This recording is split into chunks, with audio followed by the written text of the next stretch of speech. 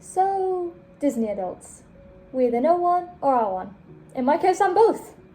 I'm a huge Disney fan and have been ever since I was a child, whether it be literally having a ton of Mickey and Winnie the Pooh stuff from day one, up until now where I'm an artist who makes content surrounding the parks and creations of the company.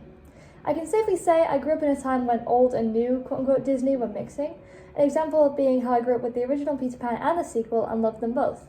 In any case, it's also well known that I'm a sensitive person.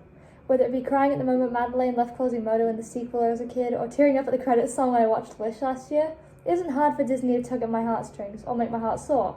So now I want to ask the question, amid all the beauty Disney gives off, why the heck is the community so mean? Part 1. What I see outside the community. I want to start this by saying I don't intend for hate to be sent towards anyone, so please don't go around being mean or anything. This is ultimately a positive piece of work, so stick around to find out why. Anyway, a few years back I watched a video by Isaac Carlson where he critiqued the way in which Wisecrack, a channel I hadn't previously heard of, judged Disney adults. Keep in mind I was around 16 at the time, and I was already scared of being an adult and having to leave my passions for mouses and plushies behind, so seeing comments that weren't nice, to say the least, was pretty disheartening. I'm going to read some, so feel free to skip ahead if you want to avoid the negativity. I completely understand, and unlike the comments and haters, I won't judge at all. Now, let me just read you a few of the kind and considerate responses that Isaac got. This guy's an adult. Thanks for getting me to Wisecrack's more accurate, true take on Disney adults. Came here for cringe-inducing footage of Disney adults, left for boring, predictable commentary from a young-looking kid. I know Disney makes bad decisions and mistreats cast members as trying to acquire everything when that's bad, but I'm still going to give them lots of money. Total cuck behavior, Lamau. Why are kids put on a pedestal? Because it's their chance to experience the memories you fucking cry about. Also, they're literally children. Jesus Christ, you guys are so weird. Imagine having your identity tethered to IPs that aren't individual creator-owned and are essentially vehicles for creating decreased dividends for shareholders. Disney adults aren't weird, yet makes a whole 40-minute video justifying being obsessed with Disney. L bozo ratio. It's like watching a 10-year-old critique adults. This dude is not a thinker. He seriously sounds like a defensive baby. LOL, you're exactly the kind of person these videos are talking about. It's baffling how many adults living in this idyllic past are defending a corporation so they don't feel guilty about consuming idiotic amounts of children's merchandise to fill that void in their souls. Then again, this entire channel is dedicated to suck the Disney crusty balls, so a myopic take of criticism was to be expected. If you're over the 18 and still obsessed over Disney, you're not an adult, you're a child. Actually, this is totally okay and you're just a big man baby who needs to grow up. The Disney company is an evil, money-grubbing industry. Kind of makes me sick that so many adults are passionate about the Disney nonsense.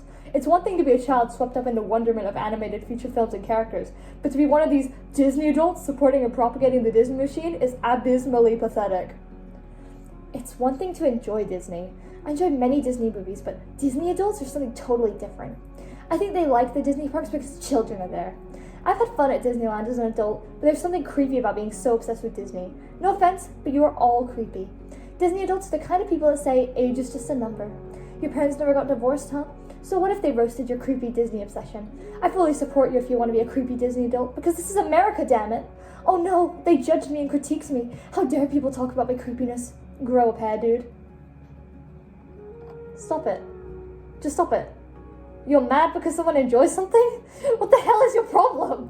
There is zero justification for things to be said like this in any situation, especially when it comes to something as trivial as how an adult spends their own money. If you're not that parent, you're not their friend, you have zero autonomy over their lives, so why are you allowed to pass judgment when we don't judge you ourselves? I wouldn't go up to my little sister and laugh at her for visiting Universal as an adult, so why the hell are Disney adults treated like overgrown babies with no mind of their own? Just consider, the world sucks. Like, it really sucks. So for some people, as I'll go into later, familiarity is comfort. And to Isaac, I really feel for you having to read these types of things. I've been borderline called a thought criminal and even vulnerable as propaganda before, just because I defended the movie Wish. So I understand, but this level of hate, even after 4 years, is so uncalled for. And I doubt you're watching this, but despite not contributing at all, I am so sorry. Like, this affected me when I was younger, and I just felt so bad for you having to read all this. That last comment especially, it made me feel physically sick when I read it, because how dare you call us something so gross and degrading? Like, how dare you? You don't know who we are, you know nothing about us. You can't pass judgment on us in such a cruel and callous way. It's literally inhumane. What did we even do to you? Like, calling someone something as horrible as, you know, that word that YouTube wasn't like me saying, just because they like movies and theme parks. It's just fucking abysmal. Like, how do we fall so far into our own heads that we think it's okay to call Disney adults creeps for just visiting a theme park with their own money or collecting merchandise with their own money that makes them happy? Like, what the fuck gives you any right to judgment when we don't judge you? Okay, I'm a bit calmer now, sorry. But I still stand on my point. Why are Disney adults called cringe and stupid for enjoying movies and attractions that appeal to all generations? Walt literally talked about this. Disneyland is a place for the young and the young at heart. I am young at heart. Let me go. Disney is like a big part of my everyday life, whether it be I literally wear a Mickey ring every day to school, or I carry a keychain on my bag that's like Star from Wish. Does that make me a creep? Of course fucking not. It makes me someone who likes the movies and parks, nothing more. And to people who put the kids on a pedestal, cease, it's weird. Like, they're literally just little humans. They're compressed humans. Compressed beings. Like, why are they any different to adults in their place in the line? Like, you buy a ticket, you wait your turn, you know? And like, I remember when I was at Disney as a kid, I never cared that there was adults in front of me. Like, I was just excited for the character I'd get to see or the ride I would go on. And waiting, it builds the anticipation. Why are you yelling at adults for, like, queuing up? Like, huh? They have a right to queue just like you. What the fuck is your problem? Like, I think if some kid ever came up to me at Disney and said, I'm a kid, let me in front of you because I'm a kid, I'd probably just like laugh, like lightheartedly. Like, I wouldn't be mean, but I'd be like, no, I'm in the line too. Like, you have to wait your turn. Like, why is it okay for kids to get privileges? Like, that's not how the world works. Like, you pay for a ticket, you're on equal ground, no matter your age. And I think, like, okay, I understand the idea of making magic for kids, and I completely get it. Like, I went to Disneyland in 2022, and there was a little girl who tried to run up to Mickey, and I was just in the line. I was like, oh, that's so cute. Like, I understand it. But if they're being disrespectful and you aren't teaching them to wait their turn, or you're like not controlling your own kid, and then you blame the other people for it, like, what is your problem? It's not our fault that your kid has decided to like cut us in the line. They don't get privilege just because they're young. Like, that's kind of stupid. That's kind of probably a hot take, but that's my thoughts. Like, I don't think kids should be put on a pedestal above Disney adults, because at the end of the day, we're all paying for a ticket. I also once had an experience of my own last year, which I actually think is the only time I've ever been judged outside of like my own friend group and my family for being a Disney adult, because usually everyone's really calm about it. They all know I like Disney. They all find it endearing in a way. Like, sometimes they find it weird at the beginning, like some of my close friends did, but then I think when they see how much it means to me and how much I light up when I talk about it, and I also do talk about other things too, like I'm multi-fandom, I'm not just Disney. Like, I think they understand that it's just something that's personal to me. But last year, so I was in class, and I have a World Chorus background as my screen on my laptop, you know, before you open up any tabs or anything. And someone was next to me. I was trying to talk to them. We were kind of trying to become friends, because it was one of the first days, and they asked about it. So I was like, oh yeah, this is an attraction I went on when I was little at Disneyland Paris. We just chatted for a bit, and I explained very casually I'm a Disney fan, and they just immediately went, you're not one of those weird Disney adults who like cries at the castle though, right? And I just felt this weird anxiety in my chest. So like, I do live with anxiety, so I'm kind of used to it, but when I said no, like, kind of, I went like, no. But I really didn't feel right saying that. Okay, quick thing before I begin. I'm sorry because I had to switch to my computer. So the audio might be kind of like on the podcast. It might not be great, but I'm doing my best here. My storage hates me, so sorry about that. But anyway, back to what I was saying. I was saying that, like, I've never personally, I really felt like I was betraying the community that I'm in, because I might not have cried at the castle per se, but I do get emotional when I go to the parks. Like, just this really nice feeling. Usually, like, I get like really hyper excited. I feel like my heart is soaring. I feel kind of floaty. Like, I just get super happy, I guess you could say. Like, I remember I saw World of Color and I actually teared up because there was a sequence in it that reminded me of when I was a kid, and it, like, I think I touched on it later as well, but like, it felt for a minute like I was standing right next to my younger self and we were experiencing together, which was like one of the best feelings. And for people who can like feel that nostalgia, I think that's what makes Disney so magic for them. But yeah, kind of the bottom line was getting judged like that. It felt pretty horrible, and me and this person, we didn't click, so needless to say, we are not friends. But I just want to say, like, why is it okay for others to judge me just because I like a company's IP? Like, it's such a weird thing to discriminate against for, like, no reason. Like, I thought we'd been trying to stop discriminating and excluding others. Like, why are we finding new things to hate rather than embracing new things to love? Like, isn't that what inclusivity is all about?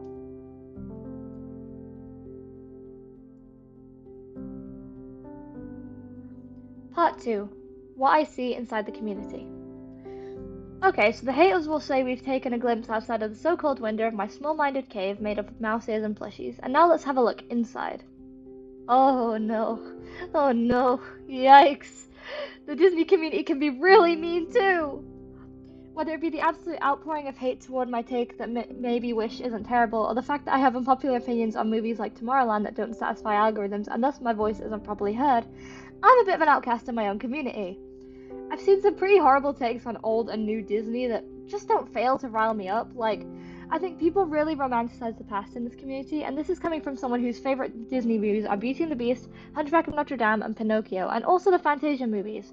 But the amount of videos I see, like, old Disney was better, and stuff like that. And yet, when Disney makes a classic fairy tale with a hero, villain, and a lovable homage to their formula, it gets called inadequate and bullied to the point that it's a coin toss as to whether you'll find any Wish merchandise on their store that day.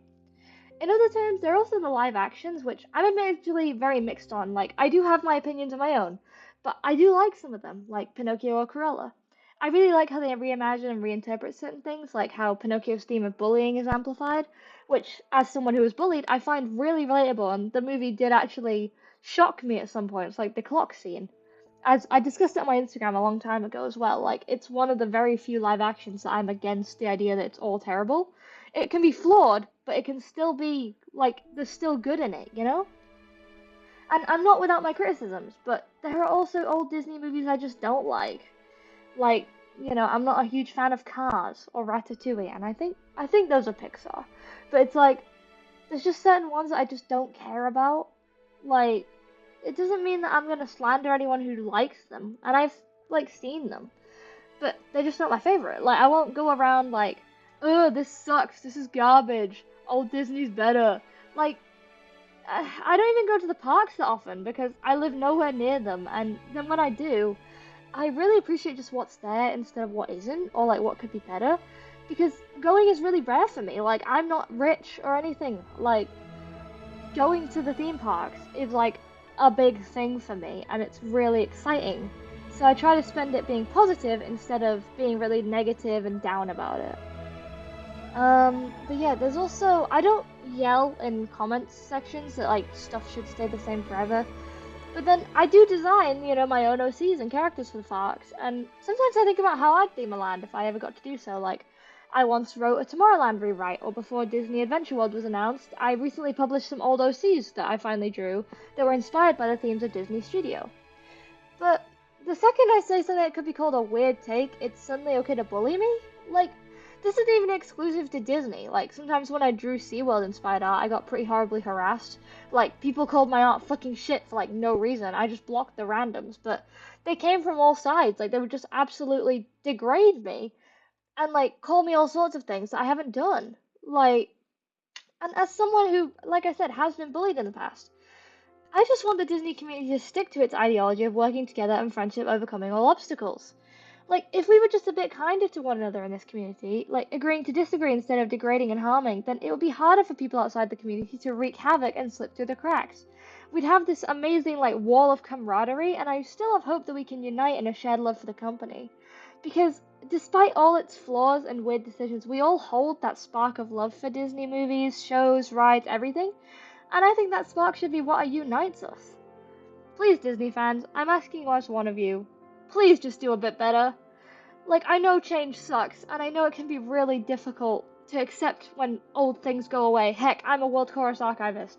But, like, I don't think we should slander either. Like, we're meant to be a positive community about hopes and dreams, and I don't think slandering or bullying is ever going to be the answer. So yeah, that's just my 2 cents. Part 3. A slight psychoanalysis of why we choose Disney. I did a quick Pinterest search to see what would class as Disney core on there, because I've been watching a ton of Juno Moth recently, and I absolutely love their videos on aesthetics like coquette and cottagecore. Like, their videos are just really good. I recommend them so much. Pinterest Disney core comes out as very girly, has like pictures of Wendy asleep or in Neverland.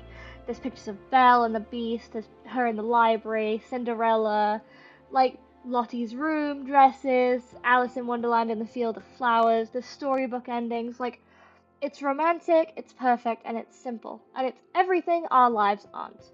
And this is kind of what my idea for this section centers around. As an adult, everything just feels so complicated. I touched on this in my Tomorrowland videos, but there is a pain and suffering in every single corner of the world, and honestly, our mental health is declining. Like, this is gonna be personal, but since 2020, I battled a horrible depression. Like, it was probably at the worst for like a solid 3 months, but during those 3 months, I almost didn't get out of it alive. Like, literally. I won't go into much detail because it's very personal, but I genuinely wouldn't be here had I not made the decision in the moment to stop myself. And as crazy as it sounds, Disney was one of the things that saved me during that time. Like, those 3 months, when things got too hard or my head wouldn't be quiet, I'd think of Jules, Mickey, It's a Small World. I'd just think of anything in that moment that could bring me joy, and typically it was Disney. And for a moment, everything would just feel a little bit more manageable. Even now, it's really easy for me to imagine Mickey as a companion when I need him. Like, for example, on my birthday, I was feeling really lonely this year. And so I imagined Mickey kind of walking behind me and being like, "Oh, what's wrong, pal?" Like, I could just talk to him in my own head, and it made everything a bit easier when no one... Like, a couple of people were kind to me, but it was just... there were moments when no one seemed to even care if I was okay. So having that fictional friend made it a lot easier. And another thing is that Jules and World Chorus, they often pop up in my dreams, and that's a good thing for me because I get horrible nightmares, and I have ever since I was a kid. Like, it's a regular thing, and if anyone's seen me on Instagram talking about them, you'll know what I mean. But the bottom line is that adult life just sucks. Like I was saying, it really sucks. So why not add a sparkle of pixie dust? Disney is simple, it's perfect, and no matter what hardships any of the characters endure, they will always get their happy ending, and they'll earn it. Cinderella, for example, she deals with abuse, she gets the love she deserves. Aurora learns who she is and where she came from, and she finds love. Belle shows love to others, and she's given love in return. Anna and Elsa learn to connect with each other again and come to mutual understanding. Asha shows the power of one wish and how it can change the world. Mirabelle finds her place in the family. Like, these heroes, archetypal as they may be, they're inspiring. We can believe for a moment that our world reflects the world of the movies and theme parks, and that we can move heaven and earth with just the strength of our heart. When life gets tough, we can seek comfort in our familiarity, and for some people, stroking a Mickey Teddy on the ears, that might just be the thing that keeps them smiling that day.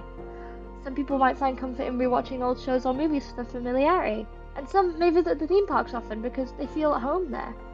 Some might listen to songs or have merchandise or draw fan art. People might find themselves in the Disney bounding community dressing up because they feel a sense of camaraderie.